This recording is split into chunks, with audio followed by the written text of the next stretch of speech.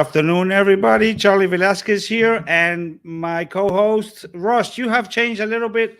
You grew some hair. What's going on? Ross Davenport, Tom Ciampa. After 7 years, I know you still can't pronounce my name, so you're just going to avoid the question Oh, entirely. it's Ciampa, right? I have a problem with Ross. I had the same problem with Ross. Welcome, Tom.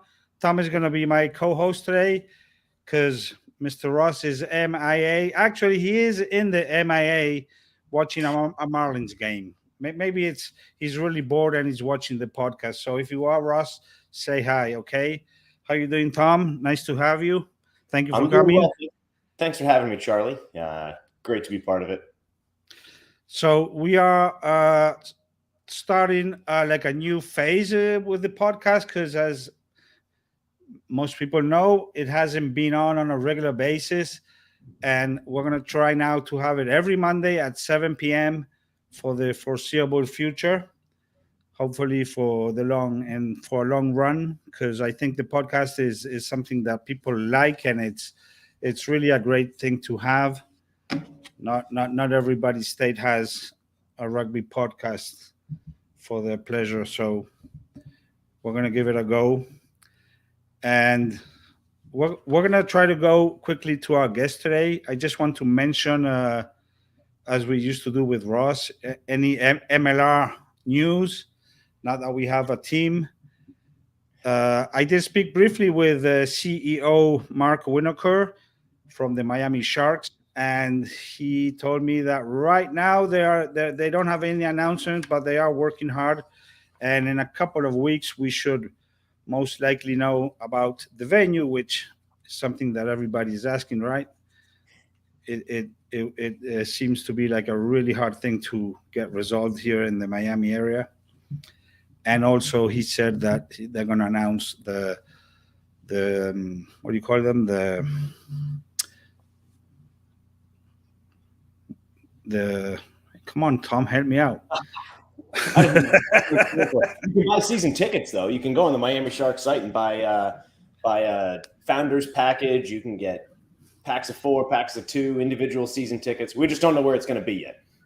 Yeah, I was thinking about the camps, because many people are also asking. You were telling me earlier today that even you get people asking you, hey, how can I want to play for the Miami Sharks with, I probably think a lot of people are wanting to play for the Miami Sharks.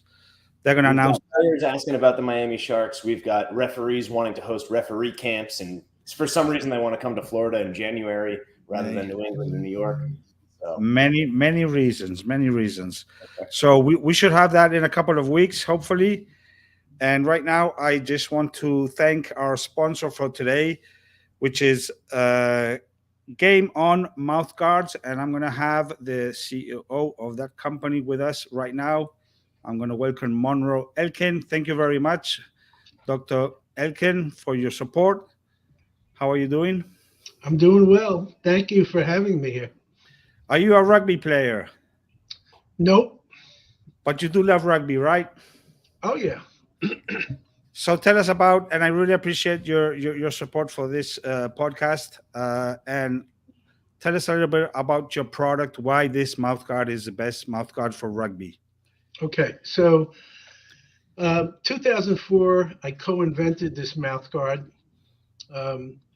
It is a true custom fit mouthguard without a dental impression. It's done 30 seconds in a microwave. You wrap it in a wet paper towel.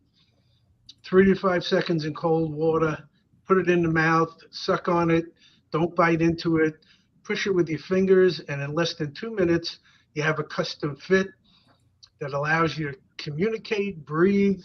You don't have to take it out to take a drink. It has 2 times the impact absorption properties of any other mouthguard on the market. The auto industry is actually using the material in automobile car bumpers. Additionally, because the material is what we call hydrophobic, which means it's water hating, it will not absorb saliva. Therefore, it doesn't absorb bacteria or viruses. Another unique use for the material was to make clinic gowns, face masks, and uh, what would face? There was one other thing that they used for COVID-19 because The of the shields, maybe. absorb. Um, it's refittable an unlimited amount of time. So if the mouth changes, you don't have to get a new one.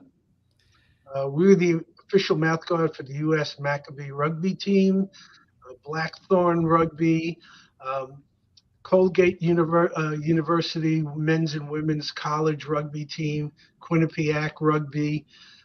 There's many more.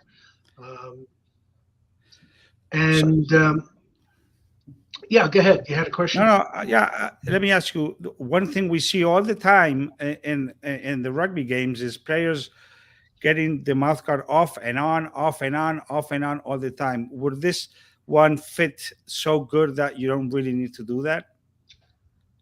Oh, you actually what? You have one on right now? Yep. Wow. I've been doing this whole thing with the mouth guard.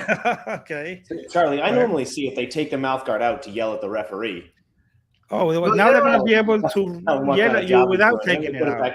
Yeah, you can yell at the referee without taking it out. Oh man, that's a good selling point. Yeah. Right now, there. Also certain age groups that you're dealing with, this will give you a custom fit over orthodontic braces without a dental impression. It's inexpensive. On bulk pricing, they're $8 a piece, and they include a storage case with a carabiner. That's nice. And if you went into Dick's Sporting Goods just to buy a case, you'd spend $10. We can also logo the cases. We can also logo the mouth guards for individual teams. Retail price is $24.99. So the wholesale pricing is pretty significant. Oh yeah. So this means like a club can, before the season starts, just sort of, because it's really when you buy it in bulk, as you are describing, they could easily like order, 100 of these. Oh and have them for all their players and include them in their player package. Exactly. And a matter of fact, Drew Brees, who has 15,000 flag football players in a number of states that he runs since he retired, what he did was he increased his registration fee. In his case, he increased it $10 because of the quantity he was buying. He got them for $5 a piece, and he made 15,000 times 5, which is $75,000 in revenue that he literally did nothing for. Yeah, well, I don't know if we have 15,000 here, but for any medium-sized club, well, you know what? If you only had 200 players, and you got $5, that's $1,000. Exactly, they can pay for my videos, for example. Say free videos with the mouth guard. Charlie, I think I just sent you it. Maybe we should partner, and I'll get the videos and you give them the mouth guards. We can talk about, we're open to negotiation. Okay, for sure. I know you've been in contact with the Youth Rugby Union. You should get in contact with the senior. Well, I've spoken to a number of the coaches from the list off your website, and I sent them samples. Okay. And I know Coach Lawson, he wants to use it for the Wellington Wizards. Okay, yeah. Good. Okay, so this is a really nice thing to know. Your website is going to be listed here at the bottom, and your phone number for anybody who is interested. And yeah, and if somebody wants to get in touch with me and they want a sample, yeah, I'll be happy to do that. Sure, for the clubs, of course, that would be great. Okay, well, thank you again for showing up, for supporting. It's really amazing that you were talking all the time with the thing in your mouth. Well, the other thing is, this is the only mouth guard ever to get the American Dental Association seal of acceptance. And I did exactly that when I went to Chicago to make a presentation to the ADA in support of getting it. I did the whole thing with a mouthguard in.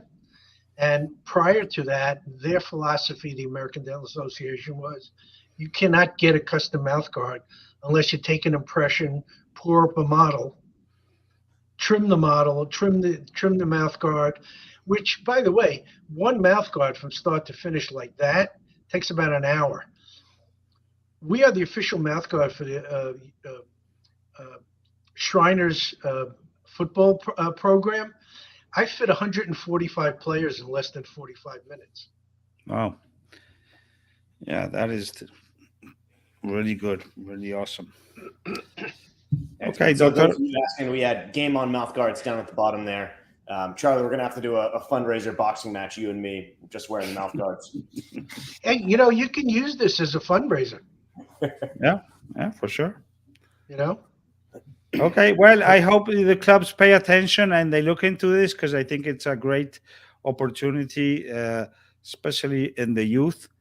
I do see that many times players are not wearing mouth guards, or they're using a really inappropriate one, like the football ones, that they can't talk, and you have to talk in rugby, at least to scream, if anything, just to scream to the refs, at least, at minimum. Well, okay. Is a mouth guard a requirement? Supposedly for the youth, yes. Yeah. But, it's a smart idea regardless.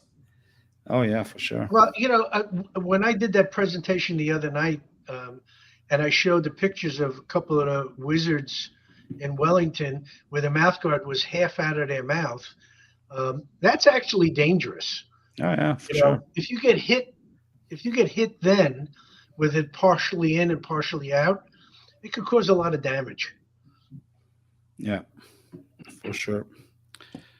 Awesome. Well, Dr. Upton, thank you again, Charlie. Appreciate you being a friend of the pod. You got an excellent product for an excellent sport, so thank you. I'm sorry?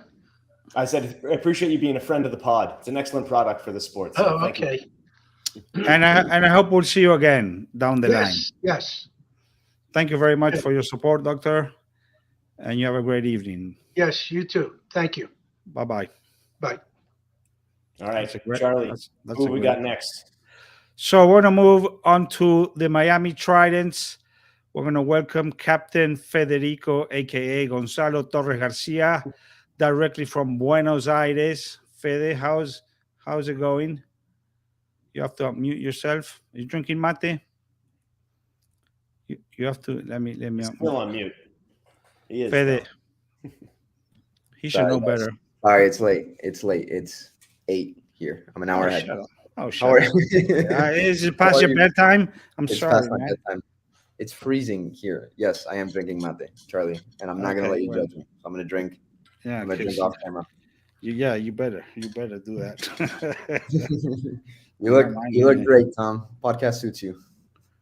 If I turn into Ross in 10 years, it's going to be my worst nightmare, but this is day one, so. Ross looked just like you last year. I don't know what. Okay, let's get to it. Keeping it. So, Fede, here to talk about the national tournament. So you had a fantastic season in Florida, fantastic postseason. We want to talk about the tournament in St. Louis, the national finals. So tell us a little bit about that experience. What was the prep like? What was the game like? Yeah, I mean, and it was an incredible experience. Besides the result, besides the feeling that maybe you've heard from some of the players or some of the coaches that we got out of that, I think it was a phenomenal experience for the club. We had a very deep talk primarily with Coach Dimitri at the beginning of the season, that this season we wanted to up the level, not necessarily of rugby, but of seriousness of the club and what we want to aim for and the way we handle ourselves. And I think this was an excellent culmination of that. The result maybe didn't help. I think we all left with a feeling that we could have achieved more, which I think is good going into the next season. But it's sensational experience of traveling by plane that I haven't done in years, and I think most of these guys are a good amount of the team hasn't done before of traveling by plane and organizing all that. It was a bit of a headache for the committee, getting all that and getting Yeah. the logistics and the organization Tell ready. us, tell us about it, because you had a special trip to. I did have a very special trip, but that wasn't because of the organization of the committee. I missed my connection and I had to spend the night at an airport in Texas to be able to make it to the game. But it was great. It was just me and one other player, so we didn't mess up too much of the team. But I think guys got a taste of level of rugby that maybe we hadn't seen before. A lot of guys hadn't experienced before, and two of the pressure and the kind of feeling that's very hard to replicate of playing at that level. So I think this is a phenomenal kind of stepping stone to build on to the next season and beyond. Yeah. So describe that a little bit.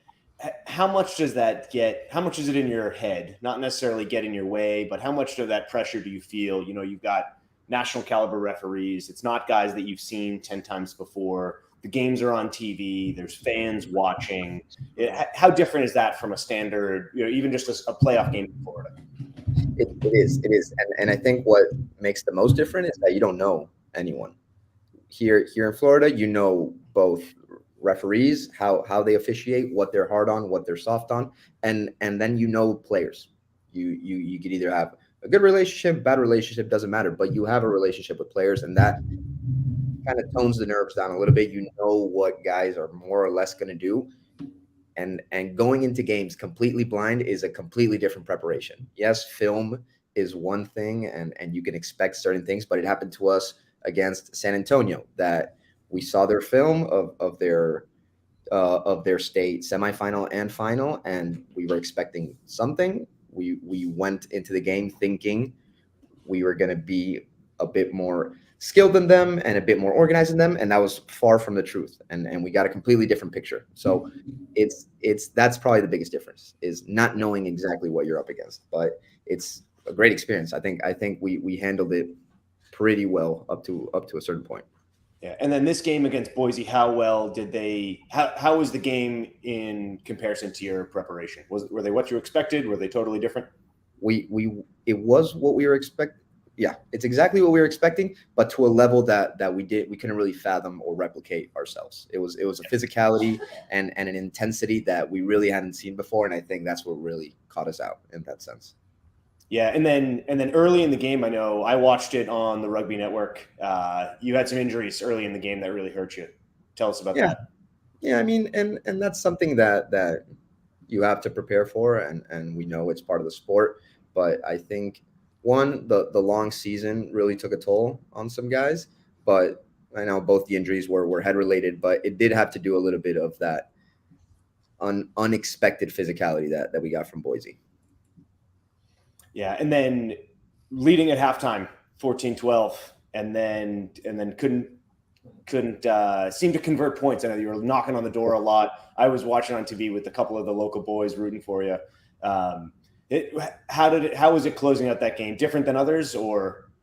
Yeah, the extra pressure of it being nationals, and almost we were joking about it after a day or two after the game that are kind of magic right now. Besides between the state final, the regional semifinal, and the regional final, we had a lot of close calls, and I guess we couldn't really pull through on this one. But I think guys are going to be able to internalize that feeling and remember, and more than losing, it's the feeling of we could have done at least a little bit better. I think we let ourselves down a little bit with Tom cracking under pressure.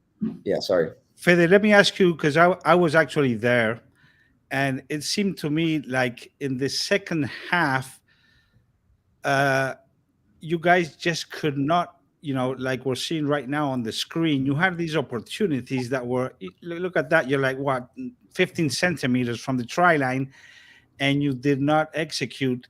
And that sort of comes back to bite you, I think, mentally, right? Because you had a few situations like this when the game was still very close, and it just didn't happen. Is that how it worked out on the field? And you just seemed a little bit, from my, I'm not a great analyzer of games, but like you just couldn't get organized sufficiently for like 20 straight minutes and just close the game, because I definitely think you could have won this game for by 10 points. No, and I share that feeling with you. But yeah, I guess it was a weird combination of maybe we didn't travel too well, or I don't want to make excuses. I think we missed Nah, it's not the traveling. This is the game. That's why. No, that's why. I think we missed a couple opportunities in a row, and on top of the added physicality and the pressure, I think the frustration really got to our heads, and we couldn't play with that almost confidence that maybe you guys saw at the regional tournament. They just got the better of us, both mentally and physically as well. But You got, credit to Boise where words due. you guys were killing it in the scrums, and I think I haven't seen a game with so many scrums in my life, because there were like between 20 and 30 scrums, because you guys were killing it, and you had a few penalties that you were going for the scrums instead of the the points or whatever. Yeah, maybe poor decision making on the captain's part of not going for points as often as maybe we should have. You But guys need a new captain, maybe. I don't you know. guys, it's Guns. I don't know what you're talking about. But I think all in all, I think guys are really really happy with the season, and getting stuck on either that we lost or how we lost, I think is not positive for the team. But I think it's just that focus on the phenomenal season that we had, on the steps that we took to get this far, and Oh yeah, for sure. the fact that we really put it on ourselves to raise the level of seriousness of the club, and I think we did a very good job of that this year. Yeah, and Great one thing job. that I will say is your path to the finals in St. Louis was not easy. You had a lot of very close games. In the state final, come from behind victory. In the super regionals, you had an overtime victory on the second day. You weren't winning games by 40 points and had a chance to rest guys. You had to go everything you had in every game. And so how does this change? How does this change next year? Do you view next year as you have to repeat this? Are you looking for that national title? How does the definition of success change in 2024? No, I think this sets a new almost floor for us. I think we at least have to win state, and we at least have to not embarrass ourselves in a regional tournament. And yes, now I want to win that first national game and make it to the final. If staying true to myself, I'll take it step by step. I won't say now next step is to win a national championship. Now next step is to win that first national semifinal. But this gives guys a taste of that next level, and I doubt they're ready to let that go now. Oh, awesome, Fede. Again, congrats! Hell of a season. And it's Let always me good ask- to represent Florida outside the state. Yeah, Charlie, go ahead. Fede, what did you think about the venue and the organization for these national finals, USA Rugby national finals? Because I have a couple of things to say. You're fishing for a comment, Charlie, and I know you because I've known you for a long time. You're fishing for that. I couldn't go 3 weeks before to check it out, and see if. Yeah, maybe. Who knows, man? We're used to playing in such conditions that I don't think it would have made a difference if it was perfect grass and perfect field. I think both teams have to play in the same conditions. So, but if I can say something, I would have liked the grass a little bit shorter. It was long. The grass was really long. That's my comment you can take for your next post. This is what I would say. I think the venue was a very nice venue for like club rugby, for a weekend club rugby. Mm-hmm. Very nice. The fields look nice. Then I heard from all the players that they were really hard, and the grass also was a little bit long. But generally speaking, I think it was a very like diminished, proposal that USA Rugby came up with, because the streaming was like one camera. The commentators were, not very good. They didn't commentate all the games. I even heard that they were like asking, you could hear on the audio, hey, go and find somebody that wants to commentate on the other field. Like, just go to the public and find somebody. And this is nationals, Yeah. I think clubs should really not allow this, because you do deserve to play. And I agree, it's the same conditions for everybody, so that's not an excuse for anybody, win or lose. But for the event, this is the main event of USA Rugby. Come on, give us something decent, Charlie, we got to admission. We got to get the pod on the national stage. Well, Maybe, maybe yeah. Get you on blast, Charlie. We're getting there. But I was really disappointed, because I think, people deserve. Everybody's paying in for this. Every player, they're paying their dues. We do deserve. Last year it was great. So I don't know why this year they lowered the standards. I can't. I went to take pictures, and it wasn't even necessary for me to have any kind of accreditation. I went to ask for one and said, "Nah, don't worry, just behave. It's fine." You couldn't even do that, Charlie, could you? Oh, I did. Fede, I gotta ask, how is the standard of the officiating? Before you answer that, Jacob was a former teammate of mine when I played out in Southern California. So it was good, but I did have one question for you. Uh-oh. Scrum is moving forward, right? Our attacking scrum, it's moving forward. Referee asks, use it. Do we have to use it? Because I understand it if it's locked in and it's not moving anywhere. But if the attacking scrum is moving forward, do you have to use it? I gotta see the scenario. We want to reward legal dominance, so it depends why it's moving forward. We actually had listen. Look, using it is using it when it's stalled at the back. This is the one you're talking about. It's moving. Yeah, it's moving. Like that. It was and moving. the guys on the scrum have asked, "Hey, play it." Yeah, but if it gets out of a penalty against you, you just want to use it. So I would default to trust the referee. Yeah, Fede, you can't ask a referee, man. It's I got to give the political answer. What can I say? So Kerry is asking, is Florida may have done a better job hosting, Charlie? Yes, you did. You definitely did. And it was, I think, perfectly for what it was, a regional, that was fine. I think it was very good, and the state finals were also great. We still need at this nationals thing, the scoreboard thing, that drives me nuts. You're watching the game and you can't see you can't see the time. Even for the players, isn't it important for you guys to sort of be watching the time? If it's 3 minutes, 5 minutes to make decisions, you have to be asking the ref all the time. Yeah, it's crazy, man. Okay. Awesome.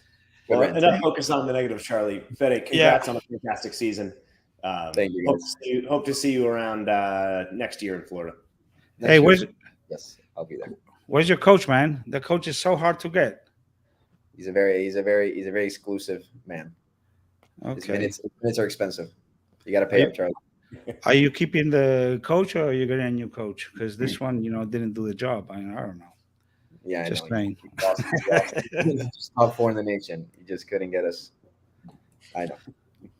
I vote to keep him. We'll see what Jose and the rest of the guys say. You know what? Next year we're gonna have the finals here. Okay, we're gonna have the finals in Florida. Okay, in a nice venue. Certified Charlie factos. We're gonna get the Miami Sharks to help us out, and we'll have a great venue and a great final, and we're gonna win it. We'll play at the Inter Miami Stadium. All of the above, Charlie. Let's get it going. That's and Charlie, baby. And we'll have Messi in the stands. Yeah. Go Tridents, go try. Okay. Hey, Fede, thank you very much. Thank you, guys. Thank you, Charlie. Everyone you are. Thank you, guys. I love you, Ronnie. You just commented. Oh, he did. Okay. He'll be on later. So if you have to go to sleep, that's fine. But if not, hang on and you'll see Ronnie later. Okay. I'll say hi to Ronnie. All right. Thank you, Fede. Thank you, guys. Congratulations. Bye-bye. Fantastic. Charlie, up next, we've got the Florida Jaguares. Man, I like how you really want to make this move along. I like that. I may even hire you. I say, hey, thanks for joining us. Really appreciate you calling in. Then you ask 5 more questions, and that doesn't really help move along. Well, this was the last. I think the Tridents deserve the little extra time because they're your favorite club. You playing favorites now? Full disclosure, my son plays, so I have to be a Tridents fan on top of a Florida fan. They were representing us. So yes, let's move on to another group of people who are doing great things. The Florida Jaguares. We're going to bring in Juan Orfila. Hello, Juan. How are you doing? Hello, guys. How are you? All good? Thank you for coming. No problem. Thank you. How are you doing today? All good. All good. All good. Watching the rain. Oh, yeah, the rain, man. So, Juan, Yeah. tell us quickly about what is the Florida Jaguares, because many people don't actually may not know what it is. Mhm. So give us quickly tell us what it is, the Florida Jaguares, and a little history, because you guys been around now, for 3 seasons? I would 4? say 6. 6, really? 6, Damn. Charlie. Yeah. I may have missed. It's been evolving, but yeah, I think 6 years ago it started. And the objective is it's an all-star team, right? From Florida youth. So we have this year U14, U16, and U18 teams, right? So the objective is, of course, to get the best talent available from the clubs and create this all-star team to participate in these different tournaments after the Florida season ends. I think we went for a little time between the Florida Juice, which was the previous all-star team from Florida, and the Jaguares. There was a little time there where we didn't have anything. So you guys filled out the void. And so the reason we are inviting you today is because you guys are going to be participating in a tournament. I thought it was in Boston, but I hear it's not in Boston. It's in Quincy, Massachusetts. Yeah, it's in Quincy, Massachusetts. Yeah. And this is we are flying to Boston. So that's why. Okay. It's like 20 minutes away only. So this is a new thing. It's Boston. It's all one. It's Boston and it's all one. Yeah, it's all Boston area. Yeah. So this is the inaugural MLR U18 Academy Invitational Tournament. Yes, exactly. Yeah, we're gonna be playing with MLR academies. They're U19, the U18 teams from the academies, which is gonna be a great experience for us and especially for the kids, right? So we are playing the Junior Jacks from New England, Rugby New York, and Houston Sabercats. And also a combine that is, I think, Myro Lions from Massachusetts. How did you guys get up about doing this? So we started early conversations, I think, before the season ends, right? We knew in advance that we were going to Jacksonville, right, for the invitational, but we wanted to see if we can get a second tournament to attend, something beginning of June, mid-June. So we got in touch. Sorry, 1 second. We got in touch with some friends we have in Atlanta, MLR, right, to understand their youth program and the academy, and they gave us the contact of Guy Hagen, that is the director of the MLR Youth Development. I had a call with Guy, and he shared with me the idea of 2 tournaments, one in DC, one in Boston. And they kindly invite us to participate in any of those, and we decided for Boston. And this is, of course, a big effort in overall just to organize this. Tell us about the group of people who are behind this, because it's not just a coach and a few players. It's no. It's a total. So we have from the rugby, yeah. From the rugby side, we have, well, as you can see, the director of rugby, Jose Codoni, that was looking after all divisions. I am working in the U19 together with Julio Bailac. Pablo Parada is on the strength and conditioning side, and Maria Vanegas as manager, working with Guy and all the organization more on the logistics, where we are staying, etc. So yeah, it takes a lot of effort, right? But we make it happen with passion. You get it done, and we get it done. I wouldn't say easily, of course, but because it takes a lot of time to ensure which players are going, collect the funds, etc. But we managed to make it on time, so everything is sorted out. What clubs are participating other than Okapi, which is the base of the team? So yeah, we have players from Okapi, but also from Boca, from Key Biscayne. Also from Naples that played in Wellington, in Wellington this season. So the idea of Jaguares is to have players across all teams, right? Of course, it depends a lot on availability, attendance to practice, attendance to some sessions that we do prior to going to Jacksonville, like this year, where we select players, right? We ask the clubs to submit their nominations, and when the kids appear to training, we understand their skills, etc., and take a decision on a squad of between 25 and 30 players. What are you expecting at this tournament? Because at Florida Invitational, you had like sort of every game you won by large scores. It was a solid performance in Jacksonville. I think what is interesting from that tournament is that we are playing teams out of state, right? And it's always a good experience. We know each other, we know the clubs here, we know how we play, right? But playing teams from outside, it's always great. We play East Lions from Washington State, Wando from South Carolina, Charlotte Cardinals from North Carolina, and also Jacksonville. Really solid performance. We won, as you were saying, for all the games. This is like, in a way, it's a mystery for me as a coach, right? So we don't know what's going to be in front of us,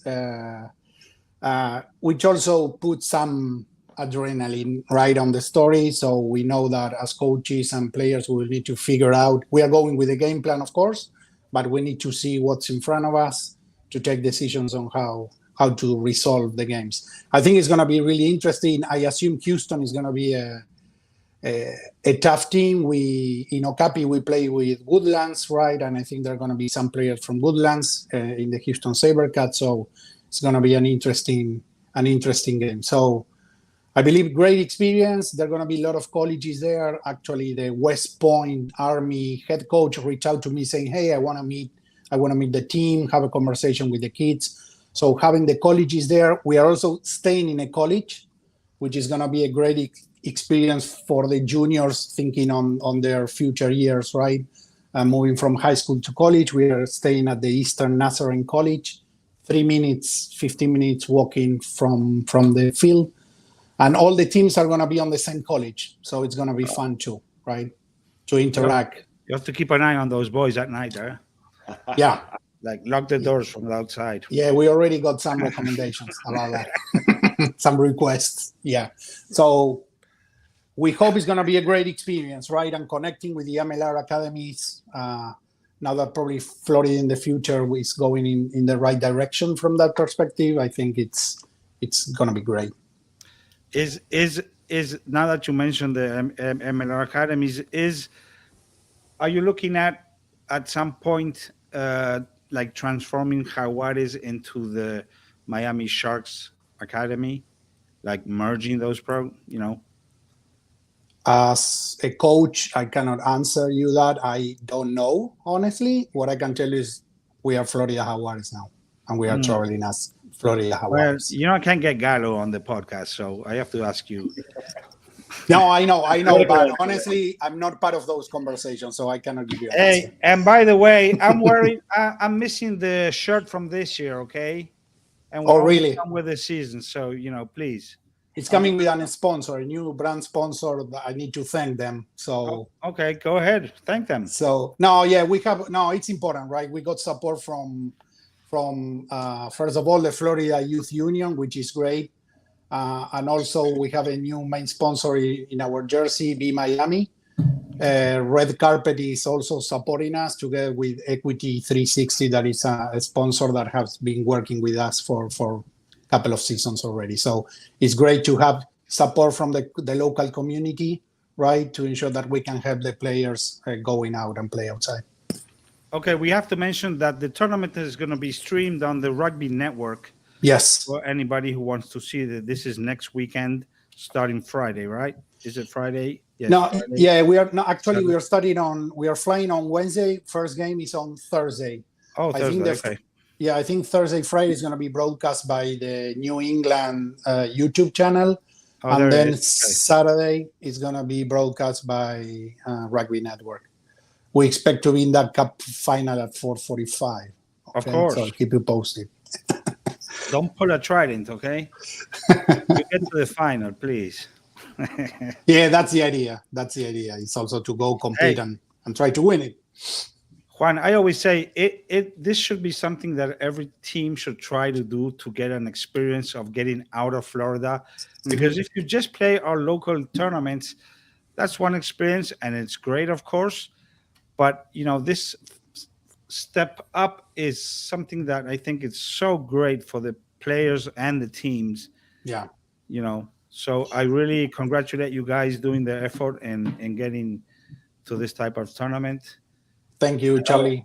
I thought you were going to say every team needs a youth program, which is something I agree with. Of course. I think Key Biscayne went to North Carolina, so they went out. We went out in Okapi as well. Now we're going with Jaguares, but also taking players from different clubs. So it's a great experience, and also we have the responsibility of showing how we play rugby in Florida and get more exposure of what we do here, right? We should also try to bring teams to Florida. That's the idea, at least at the club level. That's what we are discussing. It's on the table. From someone who grew up in New England, coming to Florida in January, February is high up on the list. So I think that's something that we should leverage more. Yeah. Okay, Juan. Well, thank you very much. I know your captain couldn't come today, which he was invited. Yes. We'll have him when you come back with the cup. I hope. Or whatever you bring back. A lot of experience and fun. For sure. Yeah, okay. I'll be back on the victory pod. All right. Thank you, Charlie. And thank you, Tom. Good to see you, man. And Juan, did you notice I did not mess up your name today, right? Of course, you did not. Okay, I hope you appreciate it. You took it seriously. I appreciate it. Oh, I wrote it down. I actually was reading. Hey, man, thank you very much and good luck. Thank you. Appreciate it. Bye, Tom. Represent, okay? And don't forget my shirt, okay? Please. Yeah, I you know who I'm going to ask about that. Yeah, because no more podcasts if I don't have a new shirt, okay? Okay. Message deliver. Thank you. Okay. Thank you very much, man. Bye-bye. There you go. Great things. The Florida Jaguares. That should be a great experience. So let's move on, Tom. Yeah, all right, let's go. You took the hint that time. I said, thanks for joining. Really appreciate having you. No more questions. It was fantastic, Charlie. You're learning. Okay, what do we have next? You do the So intro. next we got Finn Rugby. Two of their key members. We got Hybrid, who I think everybody in Florida knows, and then Ian Adendorf. Ian, the South African guy from Naples. That's good enough, Effort. What's up, guys? Yeah. Hybrid real name is Sean Pruger, correct? Yeah, until I get it legally changed soon. Okay. How you If doing, you go up and guys? say, "Hey, I'm looking for Sean," nobody knows who you're talking about. So. Yeah, I'm not even going to respond to that. Thanks for having us on, by the way, guys. Good to see you guys. Oh, of course. Always good to see you. Miss you at the Sevens this past weekend. I know, man. We had to do big things. Hybrid, tell me a little bit about Finn. New this year. Florida Impact Network is about all I know. Tell me about it. So in all honesty, it just kind of started out of necessity and really just like, man, I always wanted to play high level when I was younger. We didn't really have a lot of opportunities, man. I started playing in Missouri, Springfield, Missouri with the Mud Puppies, who actually just went to, I think, the Sweet 16 or the Elite 8, in Division 3. So go Mud Puppies. But there was not a lot of opportunities unless you went to run with the KC Blues or something like that. You didn't really have a chance to play high level teams and get that exposure. So moving to Florida and, getting a taste of being around more, higher level clubs, D2 clubs that were going and some of the high performance, like high performance sevens, you know what I mean? And eventually like Stormers and all that stuff. It was nice to be around that and then starting to travel and all that. And so I just want to see more opportunities for guys to get a chance to go and play higher level competition, play with higher level competition or with higher level teammates. Because I think it just raises their level. Then they take that back to their home club and that raises their club's level because now they've got a different fire underneath them. And you know what I mean? It just gives guys an opportunity to to be motivated to be their best self. So. And then Ian, how did you get involved? Are you head coach? So I originally got involved with the Florida men rugby team that we took to South Africa. As part of the sevens. Yeah, so Harvard is actually in charge of the sevens, player coach, and then we also have Michael Pritchard, who's actually coaching the seven squad. I'm a little bit more on the sidelines with the seven stuff. My focus is more on like international travel, like going to South Africa and, choosing guys from Florida to travel a little bit. Yeah, fantastic. And so in your opinion, what's the goal of the club? What are you trying to accomplish? So you want to go in? Oh yeah, I'm just gonna piggyback off of what Hubbard said. Yeah. It's Florida has had multiple attempts at giving guys all the quality players who stand out in Florida, just trying to give them that extra little bit of exposure. Like you said, like you mentioned, the Stormers, and then we also, the first year I got here, we took the guys over to Vegas for the sevens. We had the Florida Union team that we took over. I think every couple of years we have a group that really tries to do that. And I think what myself and Harvard are trying to do right now is just take it to that next level and make it a little bit more consistent. Right. And that's the real key. Hold on. Sorry, Tom.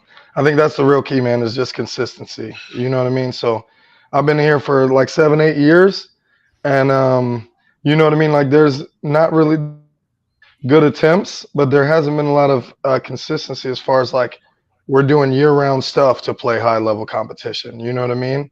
And I know there is some commitment issues, and we're so spread apart and whatnot.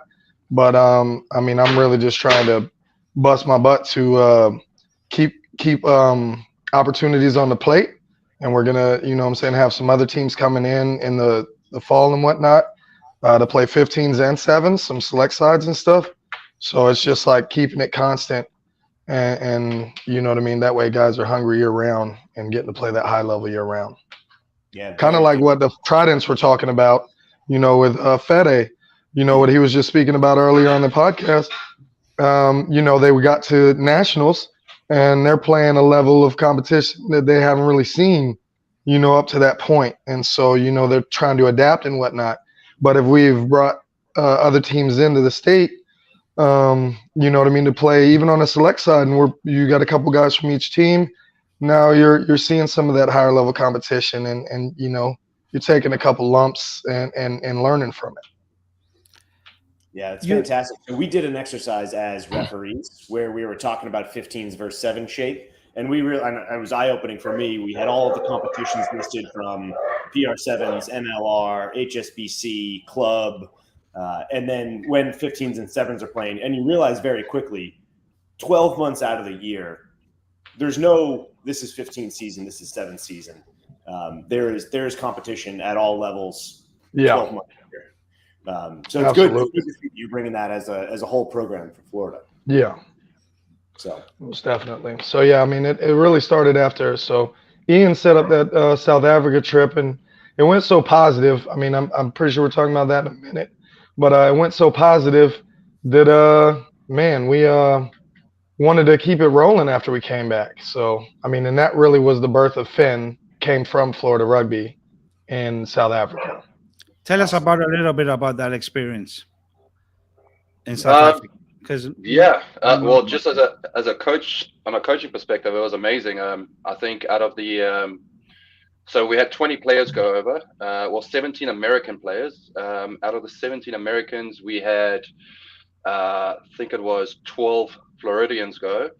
And then we just had 3 local guys, South Africans, join our team just to beef up our team a little bit, that had a little bit more that added the experience to the caliber of our players. But I think one of them is about to score right here, Jordan. The youngest boy on the squad, Jordan, scoring on the edge, the young South African. And this is a big tournament, right? Yes, it's a massive tournament, and just in our bracket alone, I think there were 40 teams. Where we were one of 2 international teams that went, And by international, I mean it was obviously us from the US, and there was a team from the Middle East. There was a bunch of expats Dubai. from Dubai, which was nice as well. But a very strong competitive tournament. Our bracket was the competitive social bracket, and the team that actually won had 3 World Series Sevens players who actually represented them. So we played against professional players in that circuit. Awesome. So change gears a little bit. How do you handle player selections? Is it word of mouth? Do guys send in audition tapes? Is it guys you know? How does that work? So I know I'll start off with Finn. So as far as this first Sevens campaign, in all honesty, it hurt a little bit that the Tridents were going to nationals, because clearly there's a few guys there that I would like to have nabbed. And in all honesty, man, when I started, the first motto of Finn Rugby is just go, because there's a lot of teams that didn't travel or didn't do something because they didn't really have the player commitment. And I'm just like, screw that, man. We're going to make the commitment that we're going, and then we'll figure out if we got the guys, because it's the first year. People don't really know much about us or necessarily have faith in what's going on. And we'll just get the best guys we can get to go, and we're going to take them to compete. And then once we show that we're going to compete, then we'll start bringing in, other guys, and they'll know that it's consistent. They'll know that it's serious and that we're taking it serious. We're bringing on real sponsors, and we're going to go to everything possible. And shouts out to Gammon Athletica, because they joined up with us at the onset of this thing, and they've put a lot of funding and sponsorship behind it. And man, they've been a real big cog in how this works. And Quentin Kuntz, who now plays with Jacksonville and trying to help their scenario, has been a real cog in this and has helped us in a huge way. So the guys we have now, man, I didn't want to step on, and I played with the Stormers. So and I know they were trying to organize something at the jump of the summer, and I didn't want to step on their toes at all, because I still got love for that program, and it did a lot for me, and I got love for Ronnie. And so I started reaching out to like the Tampa guys, St. Pete guys, Jacksonville, Daytona, some of these guys, to see who out of there wanted to go and take a shot. And so really we just organized a group of guys that were able, and we took that to travel. And it turned out pretty well. A lot of headaches and frustration, but it well worth it at the end of the day. I know Ian's player selection was a little bit different for Florida Rugby, so for Florida Man, so I'll let him talk about that. Yeah. So what do you guys have left for the rest of the summer? Do you have a firm schedule you're sticking to, or is it as things come up you'll approach them? Oh, so with the summer sevens, we're doing all the qualifiers. That was the plan from the jump. We're gonna go to all the qualifiers. We lost and we've been planning this since like March. So like I said, since we got back from South Africa, so we lost the Florida qualifier leg, which used to be Rusted Knights typically, and I think maybe Gulf Coast one time. Gulf Coast for a couple years. For the women, it was Rusted Knights this past weekend. Yeah. And the year before, and the multiple years before, was Rusted Knights, and we lost that because we didn't have any Florida teams in the qualifiers.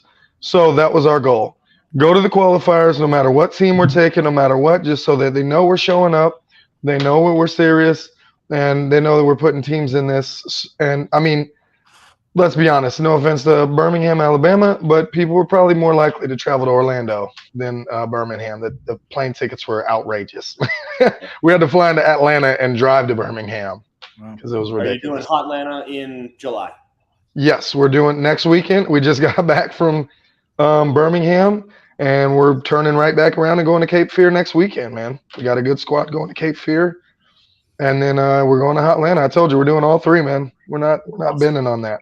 I'm not going to Cape Fear, but I'll see you in Hotlanta. Oh yeah. No, it'll be a great time, man. The guys have been having a good time. Everybody's connected well. Attitudes have been great, man. No egos. Everybody's just trying to build together. It's been lovely, man, for sure. Yeah. So Ian, any closing comments on what you guys want to accomplish with the program? Basically, like we've got such a good ball rolling now with the sevens. we've just sent out invitations for to look for Cape Town 10s. That's in February of 2024. So any Florida-based players that are interested in traveling to South Africa definitely need to reach out to Florida Man Rugby on Instagram, or myself or Hybrid.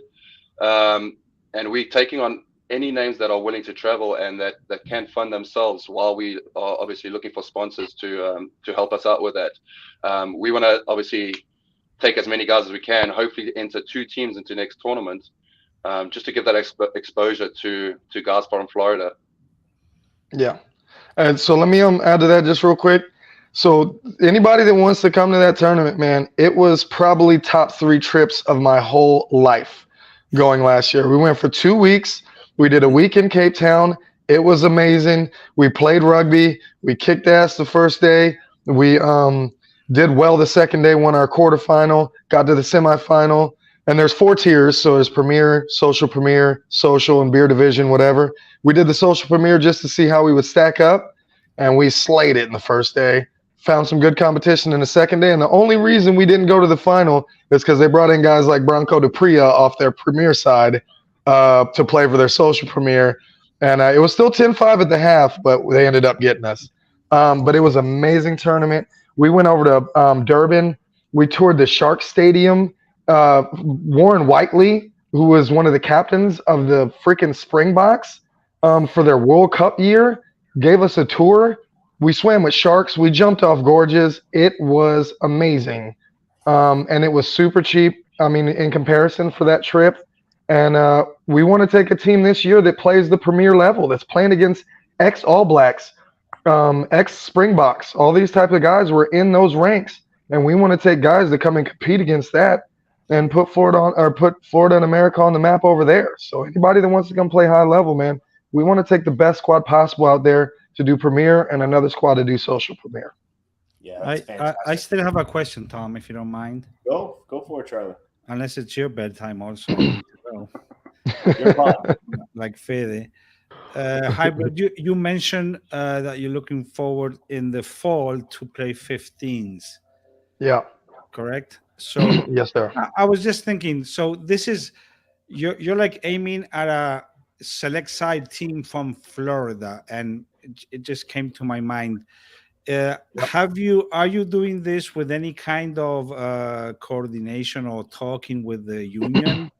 Because you would think that would be something that the union, which hasn't done in many years, should be doing, right? Don't do that, Charlie. Don't do that. I mean, hey, that's a fact. I know. I'm just messing with you. Hey, so yes, absolutely, I am. Let me ask you, when was the last time you saw a Florida team play? Oh yeah, no, not since I've been here. I remember. Not since I've been here. You know when the last time, as far as I can remember, and you guys can tell me if I'm wrong, it was in 2009 or 10 when we had that qualifier here in the Broward Central Regional Park against Uruguay. The warm-up game was a game between Florida and Georgia. That's the last time I remember anything like Florida. Yeah. Which I think, it's a nice thing to have, and players could look forward to, to participate in the Florida selection team, and they have to come up with some interesting. Just look at the Jaguares, just like the Jaguares are doing, do it for the senior team. Absolutely. No, that's great things they're doing for the young boys. Some competition to look forward to. So, in answer to your original question, I have definitely been in contact with the FRU. I talk with Rick on the regular. I mean, I used to talk to him a lot back when he was just doing the photography and all that stuff. He's a great guy. Carrie, I know some people have mixed feelings about Carrie, but I love Carrie, man. She's been beneficial even just in regular everyday stuff, and anytime we've played Gainesville or whatnot, very hospitable. And so she helped us actually help us to get our club registered as an actual club. We didn't make it in time for the qualifier, so we had everybody register under Brevard. But they helped push that through. You know what I mean? I talk with Rick. He wants to go about things a certain way when it comes to select sides, and I'm perfectly fine with that, man. I just wanted to take a shoot first, ask questions later type of approach. And I know a lot. I've played with multiple teams in the state. I've played alongside guys around, and I know a lot of dudes. So, I handle personnel and bringing guys in, and we just need to play high level opportunities. So I'm bringing teams in. I want to bring teams in like the Harpooners, USA South, all these guys to come compete down here against some of our best. See what we can put up against those guys. And man, give guys some opportunities, man. More opportunities to play outside of our regular club realm that we're used to playing every single year. For sure. You said you had mixed feelings for Kerry. No, I said some people have mixed feelings for Kerry. Kerry's my dog. Okay, I mess with Kerry. She's good people. I have mixed feelings for Rick. Probably because it's competition with the camera. We don't need no camera beef out here, Charlie. Hey man, I'm gonna text you my address so you can send me one of those nice T-shirts that you see there that you have. Oh yeah, no, trust me, y'all got some coming. And I can wear them on the podcast, okay? No, y'all got some coming for sure. Florida man and fan stuff. Okay, awesome.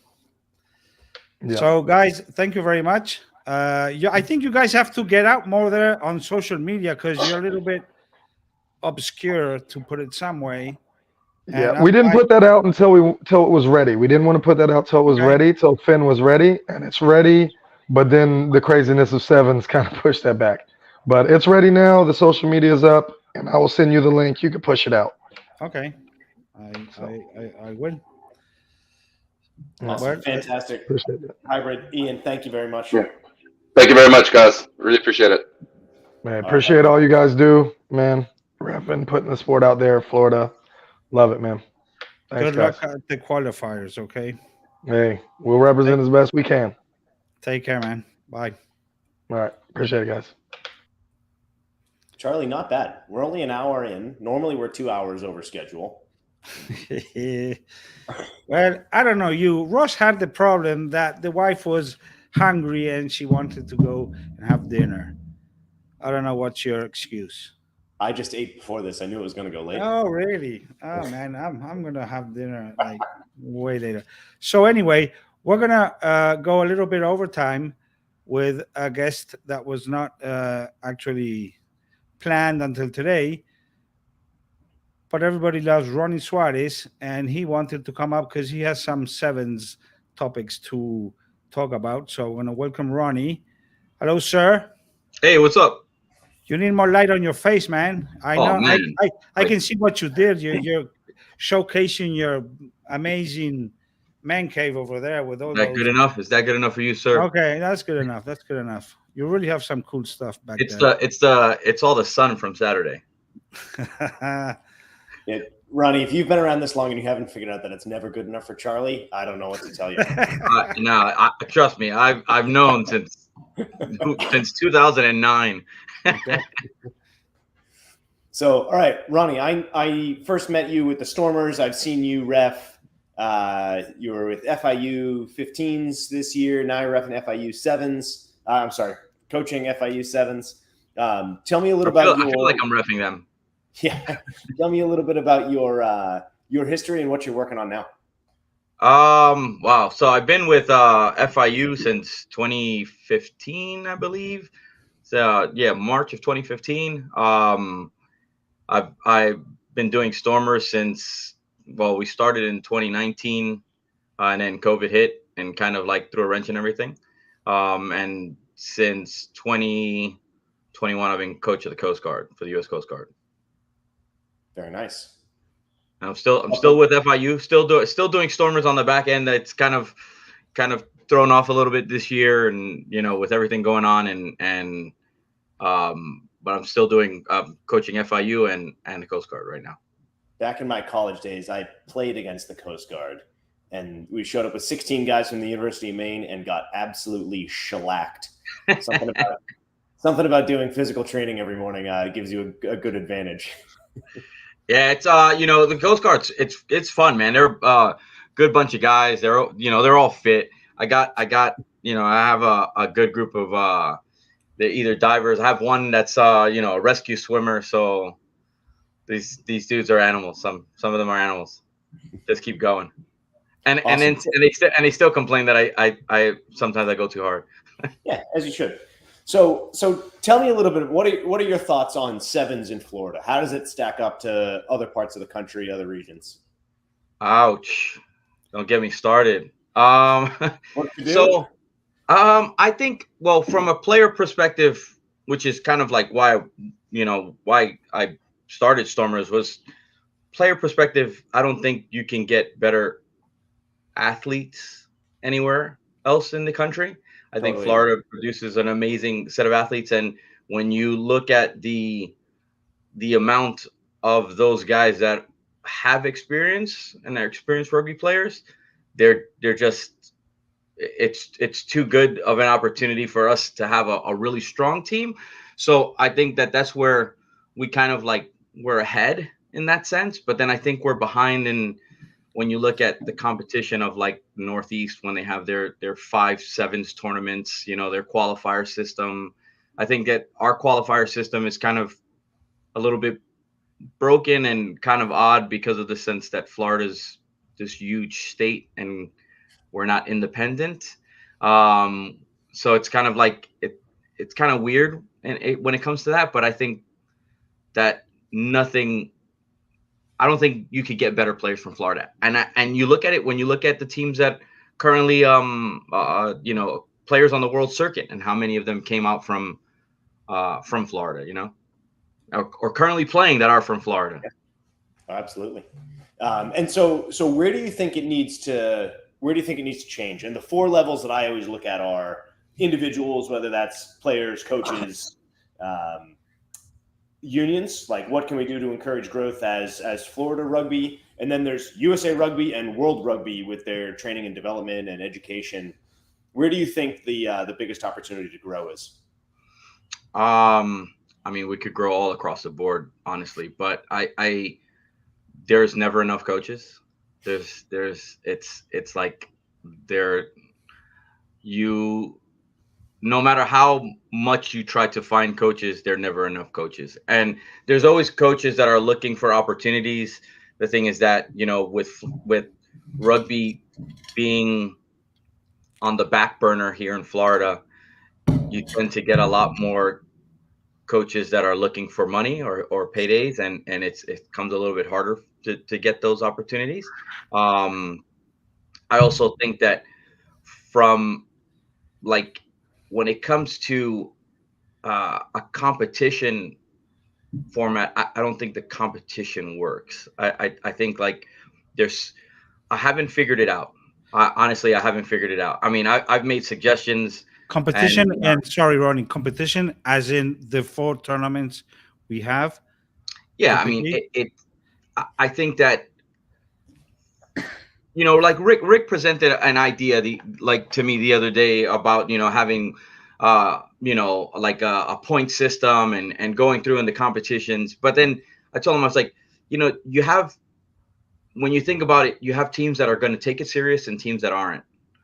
And when you have the teams that are going to take it serious going against the teams that aren't going to take it serious, there's going to be a clear separation of levels, and you see it, like, it's very hard for a team to develop and become very good here and then go and play in national competition if the competition level here is weak.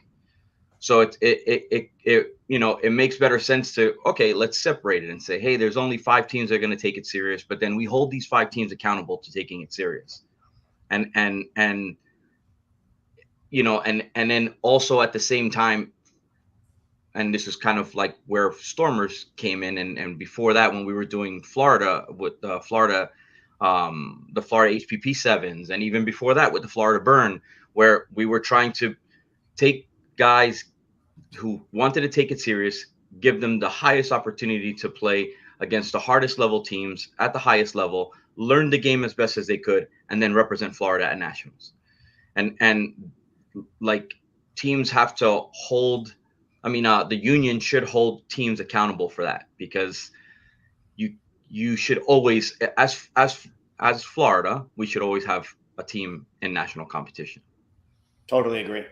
Yeah, and I've always viewed sevens as a much not necessarily easier path, but a much more straightforward pathway to high-level competition, because you can go and play on a select side and fill in and say, hey, we're playing at this high-level tournament. You show up on a Wednesday, train Thursday, Friday, Saturday, Sunday, you have competition.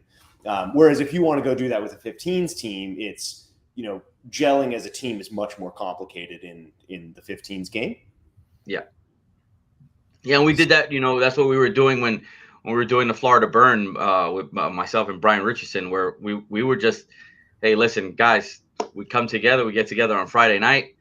We'll have a run through on Friday night. We'll show up to the field early, get a run through early on Friday, early on Saturday, and we play in the competition, and for us, it was like the starting, it was like, the starting point for where I'm at now, but like, it's still, it's so problematic just because Florida's so big. It's so difficult to do something well. And then at the same time, when clubs try to take it serious, like, I mean, I give Tridents all the credit. Tridents played an enormous competition this year. They did fantastic. But then right now they would probably have the strongest solo club sevens team to play in competition. But then are you going to tell them, hey, you know what? You guys just finished 15s.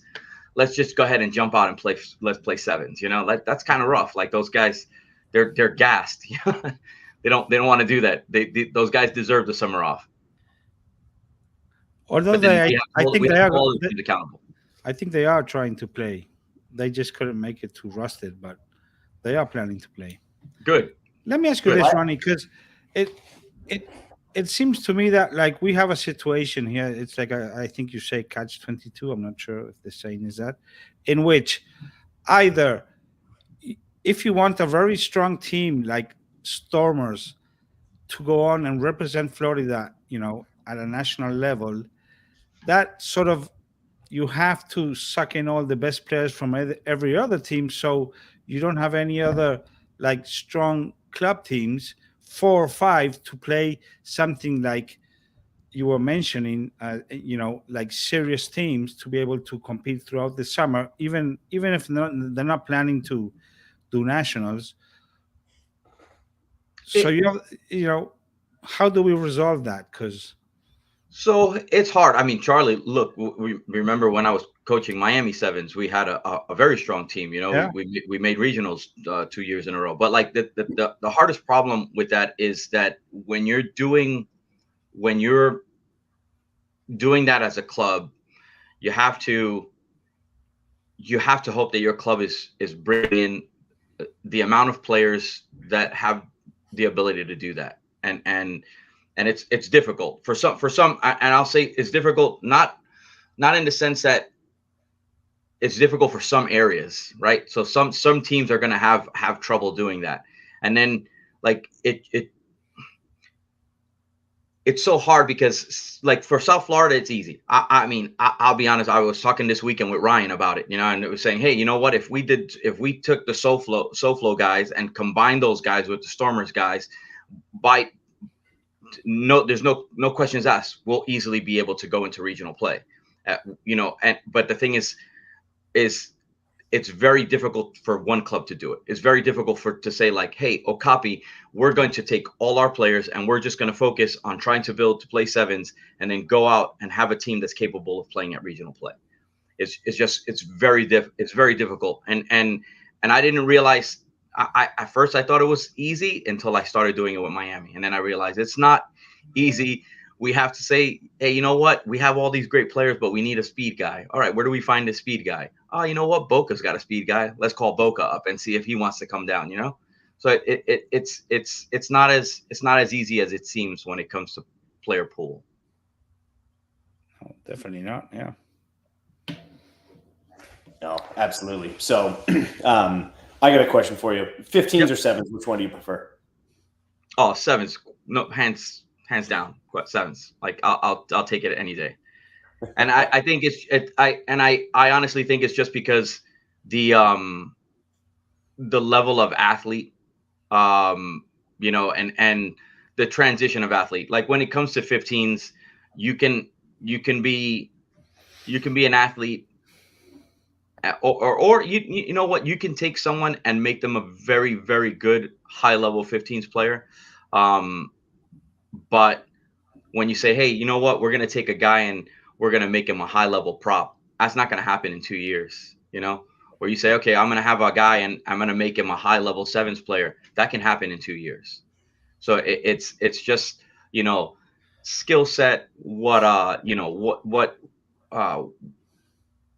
you know, like the knowledge that you need to learn for the game of 7s compared to the knowledge that you have to learn for the game of 15s.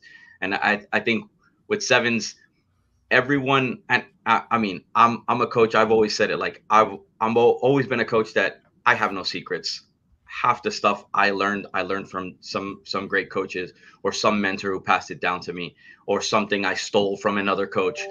I don't, you know, say that I have made up anything. The one thing that I do know in this game is that when it comes to 7s, everyone is playing off the same playbook, and it's the same thing.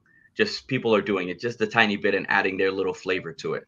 I've always done that. I always believe that. But when it comes to 15s, man, there's 4,000 different playbooks out there, and everybody's doing their own thing, and it's a madhouse. Awesome. Yeah, I just love the structure and discipline. I mean, yeah. 7s is so much more creative, artistic, but the physical exhaustion of it. Just as a referee, you know, I came off that field on Saturday. I think I had 17 miles logged from my first game to my last game. Wow. Brutal. This is what Tom likes. Yeah, that is what he likes. The other thing I love about 7s, and you know, the fact that it leads to that Olympic glory, right? So you have that Olympic tie into it, and for the Olympics, they're always looking at young guys. You know, right now, I'm pretty sure that the USA Rugby is looking at you know, high school kids that, you know, for the next Olympic squad. So for me, being a college coach, and you know, both of you guys know how much I pride myself on FIU 7s and our, you know, our team learning and being good at 7s. To me, that's what it is. It's for these guys to, you know, become better men, become better athletes, you know the game, and hopefully, you know, when they go out to their home clubs, you know, when they move on, they can be the leaders in 7s there. Fantastic. Yeah, as you know, as a coach, as an administrator, as all the things to do, we just got to provide those pathways, especially for the youth. You know, for the college kids, just give them a path to follow, and then let them take it. Oh yeah. So okay, Ronnie, we're gonna have to wrap this up. Do you want to say something specifically about 7s to wrap it up?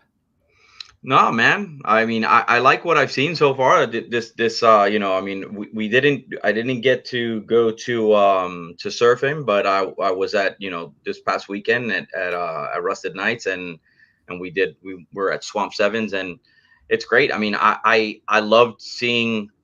I mean, I was so excited to see a 16-team pool. You know, I mean, you know, like, yeah, there was night and day between some of the teams, but that was awesome. I was like, oh my God, 16 teams, let's go. But I know that it's rare for those things to happen, and I know that, you know, you could clearly see when you looked at the top, I would say the top 6 teams there, you know, you could see a clear difference from the top 6 teams to everyone else. That's why we have open and social, exactly because of that. yeah, it's true. It's true. I don't know. Hybrid is lurking around. You want to say something, Hybrid, before we close? Hey, what's up? No, I just wanted to pop in, man, and give a little appreciation. I came in and talked about Finn and stuff earlier, but don't get it twisted, man. Finn would not be even a thing if it wasn't for me being a part of the Stormers, man. Don't get it twisted. If I was not on the Stormers and running with HPP and Ronnie, man, he 1,000% leveled up my 7s game. You know what I mean? He did. He was the only one doing things for 7s in Florida when I came around. And man, yeah, you know what I mean? So it's all that. Thank you, brother. So yeah, man. All I'm here to do is here to advance it. And whether we're rolling together in the future or competition in the future or whatever, bro, you have 1,000% of my respect, brother. Always. Thank you, man. Thank you, brother. Absolutely, dude. As do you, Charlie. You fire starter. No, hey Charlie, actually, you know what I do have to say, man. I do have one thing to say to everyone out there. Like you can curse if you want. You can curse. Man, I try not to. I try not to. I think that like there's so many coaches out there that are. I want to say that I don't want to say they're holding back players, but there's some teams that don't like to push their players to go out and do something, or go out and play somewhere else, or go out and try out and run with another team. Do it. Get them out there.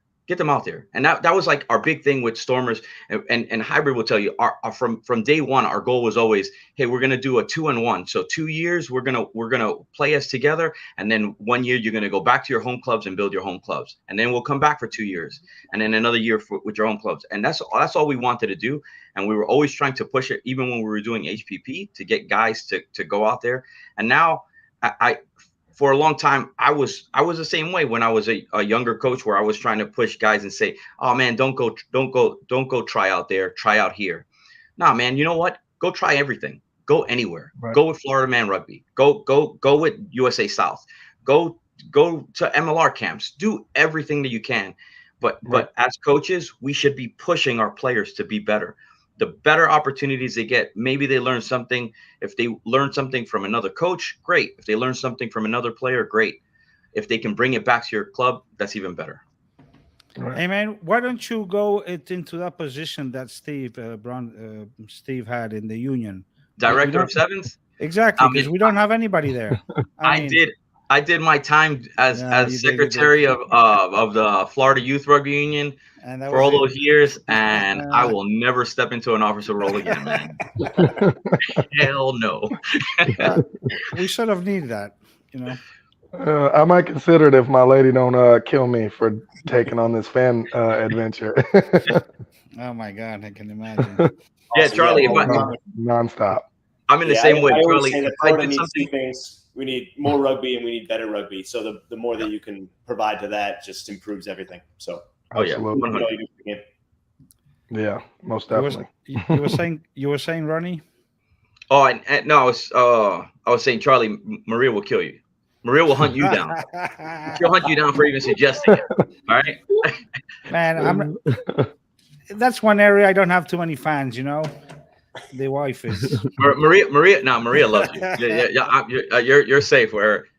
Okay. They love us for rugby, but they hate us for too much rugby. Hey, Tom, you know what else too? I'll tell all these coaches, send your players to become referees. Yeah. I look at what I learned as a ref. I said, man, I'd be a better player if I knew all this stuff. Like, yeah, stop cussing at the refs for the rule book.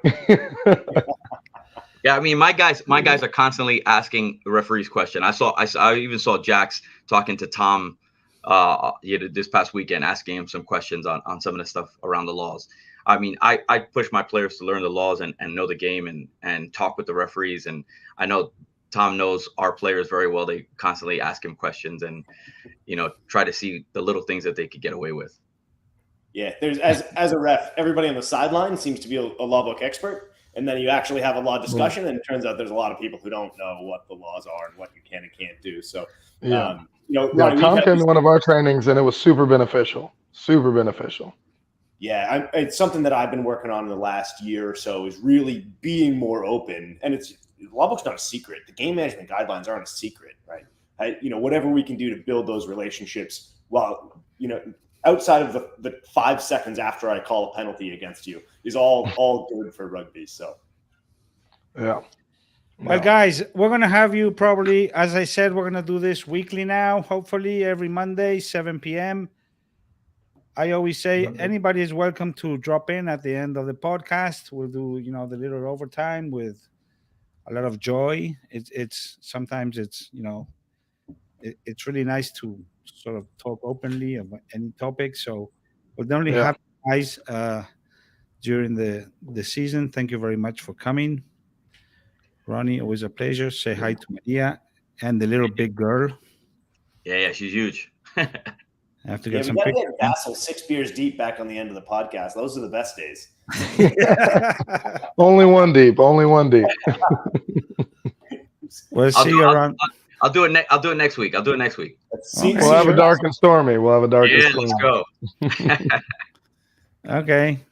See you All right, guys. Thank you very much. Thank you. Bye-bye. Tom, thank you very much. So, Charlie, how'd I do? First pod out. You did pretty well, man. 4 out of 10? Not bad? Now, you need a better microphone because you just don't sound so close to the action, you know? You're a little bit lost, but we'll get you there. Don't worry. And I really appreciate you stepping up because, as I said, Mr. Davenport is going to be MIA apparently for a while. We'll have him now and then, I guess, you know, even as a guest. Guest announcer, guest host, something like that. Which would be great. And I'm looking forward to having you every week. Hopefully, I think this is going to be a good thing. As we get more. Those who know me professionally know that I don't work hard, so Mondays are available to me, as are every other day. So perfect. More time. And I'm going to thank our sponsor again, Game On Mouthguards. Very interesting. And we definitely need sponsors. This is very affordable. Anybody who would like to help when you know, so many people tell me, oh, we appreciate all you do. Well, you know, thank you very much. And appreciation can be showed by sponsoring, because this little thing takes a little bit of work to prepare it. And, you know, it is a lot of time that has to be, you know, I can't do it for free. And I would like to make it even better and more organized.